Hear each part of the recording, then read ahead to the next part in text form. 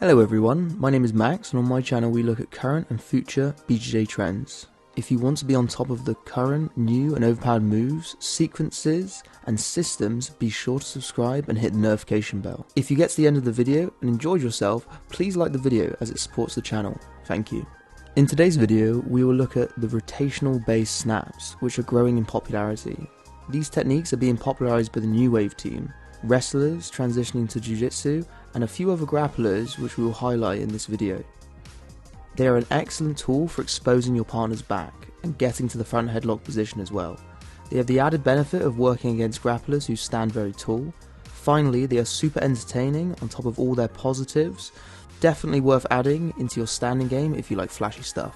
This section focuses on the Russian snap and some slight variations. The trend amongst all of these rotational snaps is getting your partner onto one leg. Once they are on one leg, it's very easy to make them spin on that leg. Clip 1 is from Fabricio Andrey. He loves this snapdown variation and is very good at it too. He starts by winning this strong 2-on-1 wrist control. This grip is both very offensive and fairly defensive at the same time. Your opponent will typically have to take a defensive collar tie and lean onto you to stop you shooting on them freely. This lean is very important as it brings their head low. He fakes towards the leg by widening his base and taking an inside grip which encourages his opponent to step that leg away. Once his opponent is on one leg, a simple pull on that wrist will cause him to rotate on his foot. Time for one of my own Russian snaps done in training. I start by winning that same 2-on-1 wrist control. My opponent already has a collar tie. I pummel my own in and I start circling towards his foot. I hit my fake towards his ankle, encouraging him to step that leg away and lean forwards. I pull his hand across his body, performing my snap. Next, I finish one of my favourite variations of guillotine as shown in Snapdowns Part 2, the high wrist arm in guillotine. Time for a very entertaining variation from Izaak Michell. Both him and his opponent have interlocked their hands together and are battling for head position.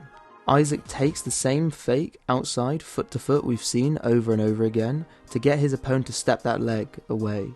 He pulls both wrists this time, forcing his opponent down, and follows up by charging in an attempt to capitalise off this opportunity. Final snap is from myself in competition with another slight variation. I had previously hit one in that match but failed to have a strong follow-up. This time I adjusted by using an outside catch on my opponent's leg to put him down with a single after the Russian snap.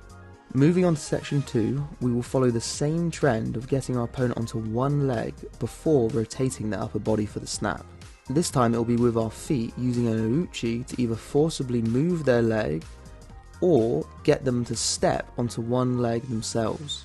I'm going to be showing a lot of clips of bigger people using this technique and absolutely launching smaller people. Therefore I thought I'd start with Big Dan using this technique successfully on someone who is also massive, aka Victor Hugo. In this instance, the Ouchi fake to the leg is enough to get Big Dan's opponent to move his leg. Big Dan is then able to rotate him through with his upper body off balancing. Next from Big Dan we have an example of the outside of his foot making connection to move his partner's leg before he sends them to the ground. Switching grapplers now to Christian Ozbek at Polaris.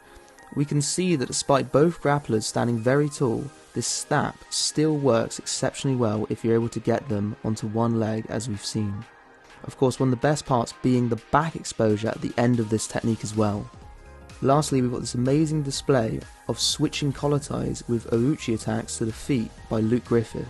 As his opponent recovers from the first snap attempt, he leaves his hand on his opponent's neck before swiftly clubbing his opponent with the other hand. After that, he fights his hand into the inside positioning and completes successful snapdown. Moving to our final section, I'm going to highlight the Kouchi snap, which isn't as popular but is still a valid option you should be aware of.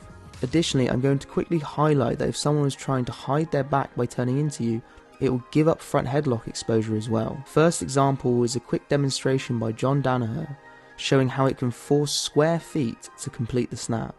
Next up is Big Dan once again hitting this Kouchi snap variation, resulting in a perfect outcome of getting to his opponent's back.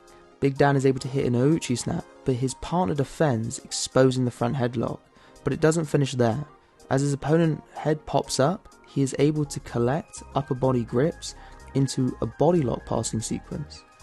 This shows how effectively a high-level athlete can combo into multiple positions from one technique. Additionally, it shows just how powerful a technique this is by creating so many problems for your opponent to overcome. This concludes my study on rotational snaps. These are some of the most entertaining and effective snaps you can do. I hope you enjoyed and learned something as well. If you enjoyed this video, please subscribe, and I'll see you in the next one. Take care.